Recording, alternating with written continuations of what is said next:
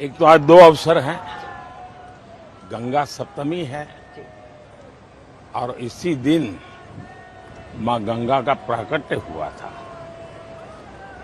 और यही दिन है जिस दिन शिवजी ने उसका जो रौद्र रूप था उसको अपनी जटाओं में समा लिया और फिर धीरे धीरे धीरे धीरे जनहित में मां गंगा को प्रवाहित किया।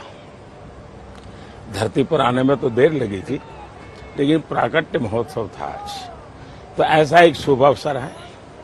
दूसरा, मैं अनुभव करता था जब पहली बार मेरी पार्टी ने मुझे यहाँ चुनाव लड़ने के लिए कहा, तो मैं कह रहा था कि भाई, और साथ रूप से मेरे मन में निकला था कि मां गंगा ने बुलाया है।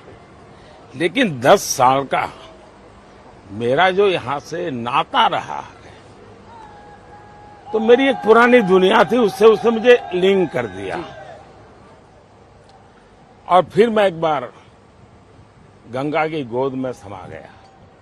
मां गंगा ने गोद ले लिया है आपको, और इसलिए मैं हमेशा भाव रखता हूं कि मां गंगा ने मुझे गोद लिया है और मां के जाने के बाद मुझे भाव और ज्यादा तीव्र हो गया है।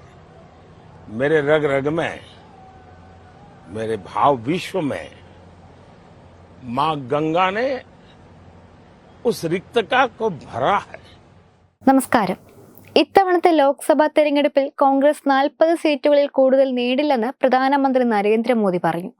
ഉത്തർപ്രദേശിൽ ഒരു സീറ്റ് പോലും നേടാൻ കോൺഗ്രസിനാവില്ലെന്നും അദ്ദേഹം പറഞ്ഞു. ഉത്തർപ്രദേശിലെ ബിജെപിയുടെ പ്രചാരണ പ്രവർത്തനങ്ങളെക്കുറിച്ച് മാധ്യമങ്ങളോട് സംസാരിക്കുകയായിരുന്നു അദ്ദേഹം. एक तो आज दो अवसर हैं, गंगा सप्तमी है और इसी दिन मां गंगा का प्राकट्य हुआ था और यही दिन है जिस दिन शिवजी ने उसका जो रौद्र रूप था उसको अपनी जटाओं में समा लिया और फिर धीरे धीरे धीरे धीरे जनहित में मां गंगा को प्रवाहित किया। धरती पर आने में तो देर लगी थी, लेकिन प्राकट्य महोत्सव था आज, तो ऐसा एक शुभ अवसर है।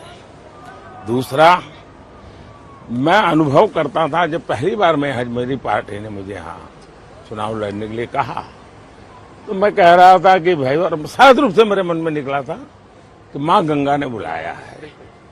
लेकिन 10 साल का मेरा जो यहाँ से नाता रहा है, तो मेरी एक पुरानी दुनिया थी, उससे मुझे लिंक कर दिया और फिर मैं एक बार गंगा की गोद में समा गया। मां गंगा ने गोद ले लिया है आपको, और इसलिए मैं हमेशा भाव रखता हूं कि मां गंगा ने मुझे गोद लिया है और मां के जाने के बाद मुझे भाव और ज्यादा तीव्र हो गया है। मेरे रग रग में, मेरे भाव विश्व में मां गंगा ने उस रिक्तता को भरा है। തെരഞ്ഞെടുപ്പിൽ ഇത്തവണ ബിജെപി 400-ലധികം സീറ്റുകൾ നേടുകയെന്ന ലക്ഷ്യത്തോടെയാണ് പ്രവർത്തിക്കുന്നതെന്ന് അദ്ദേഹം പറഞ്ഞു. എന്നാൽ കോൺഗ്രസിന് ഒരു അടയാളം പോലും ഉണ്ടാക്കാൻ കഴിയില്ലെന്നും മോദി കൂട്ടിച്ചേർത്തു. റായ്ബറേലിയിലെ സ്ഥാനാർത്ഥിത്വം തീരുമാനിക്കുന്നതിന് മുൻപ് തന്നെ കോൺഗ്രസ് നേതാവ് രാഹുൽ ഗാന്ധി വയനാട്ടിൽ നിന്ന് ഓടിപ്പോയി. കേരളത്തിലെ ജനങ്ങൾ അദ്ദേഹത്തെ ഒരു പാഠം പഠിപ്പിച്ചുവെന്നും മോദി പറഞ്ഞു. ഉത്തർപ്രദേശ് മുഖ്യമന്ത്രി യോഗി ആദിത്യനാഥിനെ പ്രശംസിച്ച പ്രധാനമന്ത്രി അദ്ദേഹത്തിന്റെ നേതൃത്വത്തിൽ ഉത്തർപ്രദേശിലെ ജനങ്ങൾ വികസനം എന്താണെന്ന് തിരിച്ചറിഞ്ഞതായും അവർക്ക് കുടുംബാധിപത്യം അംഗീകരിക്കാനാവില്ലെന്നും അദ്ദേഹം കൂട്ടിച്ചേർത്തു. പ്രാദേശിക പാർട്ടികൾ കോൺഗ്രസിനോട് അടുക്കുന്നുവെന്ന NCP അധ്യക്ഷൻ ശരത് പവാറിന്റെ പരാമർശത്തിനും അദ്ദേഹം മറുപടി നൽകി.